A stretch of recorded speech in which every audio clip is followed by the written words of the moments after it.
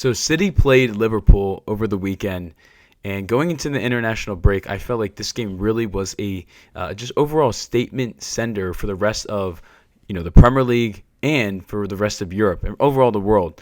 Who is going to contend with Arsenal for the title? Is it going to be anyone? And just really, how is Man City going to respond in this moment? And how is Liverpool going to respond, especially coming off a huge win in the UCL versus Real Madrid and trying to see if they're going to get back on form? But that was just not the case. In my opinion, Manchester City and Pep Guardiola sent a message that they are the ones that are going to be, contending with Arsenal for this Premier League race. And in my opinion, they are real players in the UCL, at least as of now.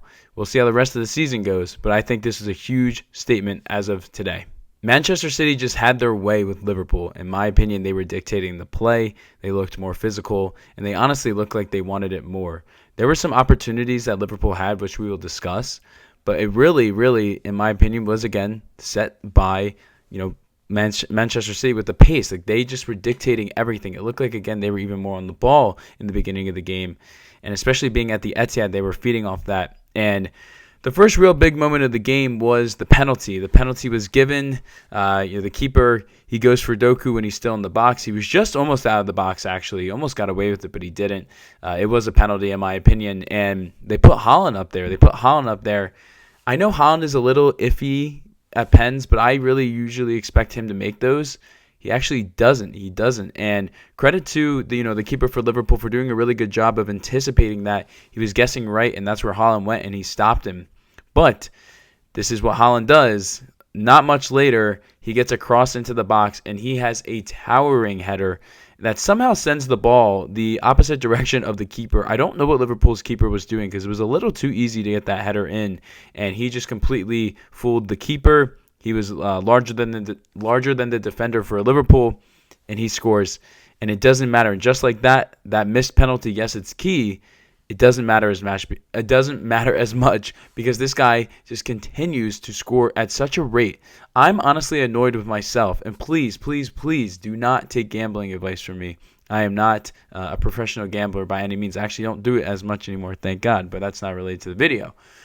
My statement is, why am I not betting Haaland to score a goal every single game? I know the odds are probably pretty trash, but you might as well take it just to take it because you're probably still going to profit at some point, even if it's a small amount of money that you're betting, because this guy consistently scores. He just consistently scores. I literally was thinking of going into Sunday. I was like, maybe I should put a little bet on Haaland anytime score.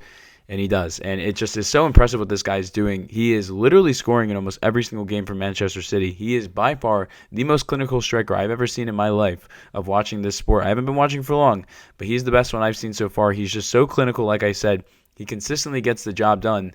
And he really is, in my opinion, the guy that's making everything click for City. Yes, City has, in my opinion, gotten a little bit better in other areas, and especially, with Foden starting to kind of get some of his form back from 23. But still, when you look at this City team, if they aren't scoring goals, they're not winning, which I know is the most basic take ever.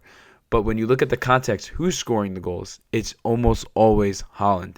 It's almost always him. Even if someone else is going to get a goal, if there were 2 goals scored that day, Haaland's going to be one of the 2. It's just the truth. He's just doing such a good job. And again, the header was just beautiful. The guy is just off the charts. This is just what he does every week. At this point, I should expect it, but it still amazes me. And he's just one hell of a player. And especially in this type of game, too. To get it going that early after missing a penalty just says a lot about his mentality as well. Just loved what I saw from Haaland on Sunday. Liverpool did have an opportunity to score, and they actually did. Van Dijk has a header. He equalizes the game, but it's just very quickly then ruled off sides. Robertson was just a little too far back, a little too close to the keeper, to be honest, and it was overruled. I do agree with it with the take. Yes, it sucks that they had to take the goal away, but when you really look at it, Robertson, he's just got to be a little bit smarter there. He was just so close to the keeper and was just way too far back. It sucks in the moment, but I don't really disagree with the call from VAR. I think it was the right one.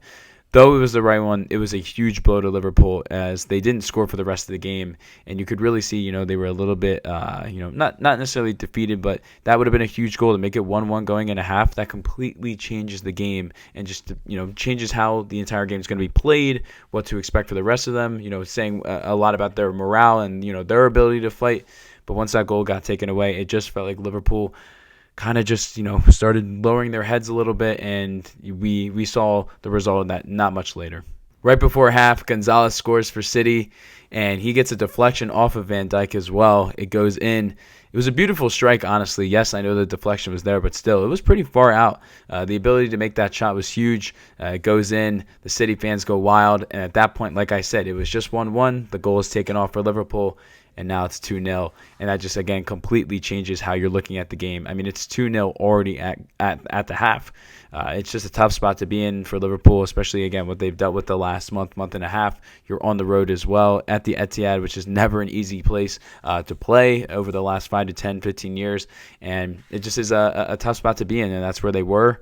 And, yeah, I just thought it was a great score. And overall, it was, in my opinion, probably the biggest blow that Liverpool felt that day. Yes, I know they let up another goal, but it just felt like when you go down 2-0 going into half, it just felt like the game wasn't necessarily over, but their chances were really slipping at that moment. And in the 63rd minute, Doku scores, in my opinion, the goal of the day, and his best goal, in my opinion, of his time at City. Just from pure talent, that was a beautiful goal. He creates a little bit of space, gets the defenders off him, and just hits it, and it just curls in. Just a beautiful shot overall. It was going to be a tough one to save, but my God, that was just beautiful. And I wanted to save this time until now to talk about Doku. This guy was all over the pitch, especially in the first half. I mean, he was consistently beating defenders for Liverpool. He was getting behind them. He was creating passing lanes. He had chances to score. He was just everywhere. I mean, he was just killing the Liverpool back line. He was just all over them. And again, his ability to consistently, I mean, he drew the penalty in the first half. He just was doing a great job. And then to actually get the strike in the second half, and it was a beautiful one at that, I really just thought that he deserved, his flowers. He did a great job. I was not necessarily the biggest Doku fan once he got to Man City, just because it was so much dribble, don't score. Some chances are created, but he's really been stepping it up, in my opinion. Maybe he's finally starting to click in that system, and it's really, really helping City, because right now you have the combination of, again, Haaland, who's scoring almost every game at this point. You have Doku, who's starting to heat up, and then you have Phil Foden, who's starting to get it going in the UCL as well.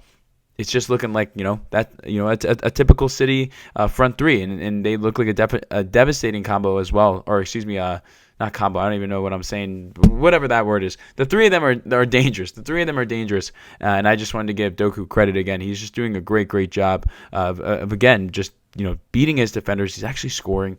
He's just making the right play. He's impacting his team in a positive manner. And I just want to give him a ton of credit, because I thought that might have been potentially his best game overall with Man City that I've watched, at least. Overall, what a win for City. It was huge for them. And what a win for Pep Guardiola in his 1,000th game managing Manchester City. He gets a win. I mean, this guy is just phenomenal. We don't have to really, glaze him too much, because he's been glazed enough. But he's by far the best manager I've ever seen. His ability to manage rosters, make the right decisions. Yes, I know they're not always the right ones, but he usually does a great job. I mean, the multiple Premier League titles, we don't even have to go back to, his time at Barcelona. Just so much. He's just such a good manager. And to get it done on that day, in his 1,000th game with the club, in that fashion, 3-0 to Liverpool, and really, in my opinion, a statement game. It was just huge for them. And now City are set up in a great position going into the break. Only 4 points behind Arsenal. In my opinion, they are now the team that I have to look at as an Arsenal fan and really kind of respect, and just be like, okay, this is the team that's going to give us the fight. Because right now, and we'll get into it, I'm not seeing that with Liverpool. I'm just not. And that's why I thought that, again, this game was such a statement game for both sides, and really just the entire, Premier League, and just the rest of European football in general, because we wanted to see, okay, who is going to, compete with Arsenal? Who's really going to push them this year? Was it maybe Spurs really, really early in the season? Was it Liverpool? Now they're starting to fall off. Was it Manchester City? But then they had their dip, but now they're back. They look like the one that is at least the most consistent out of those three teams. And again, only being 4 points behind Arsenal, that's not a bad place to be at all. So, again, it's November. It's early, but I really do think City are right now they have to be the more competent team, other than at least Liverpool contending for that second place spot and to actually potentially win the Premier League. They're just in completely different classes right now, and City is just really honestly passing them by. So congratulations to Manchester City, huge win, and again a statement made in my opinion. On to Liverpool. Man, this is just rough. I expected more fight from them. Yes, again, you do get the goal, but it's offside. I just expected more. Maybe I was expecting more because they had beat Real Madrid.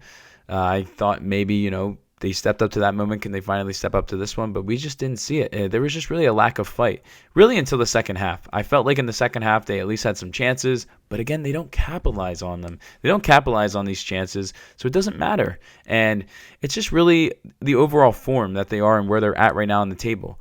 They have 18 points, which is tied with a good amount of teams, but they're sitting in 8th right now. And they have 8 wins, but they have 5 draws.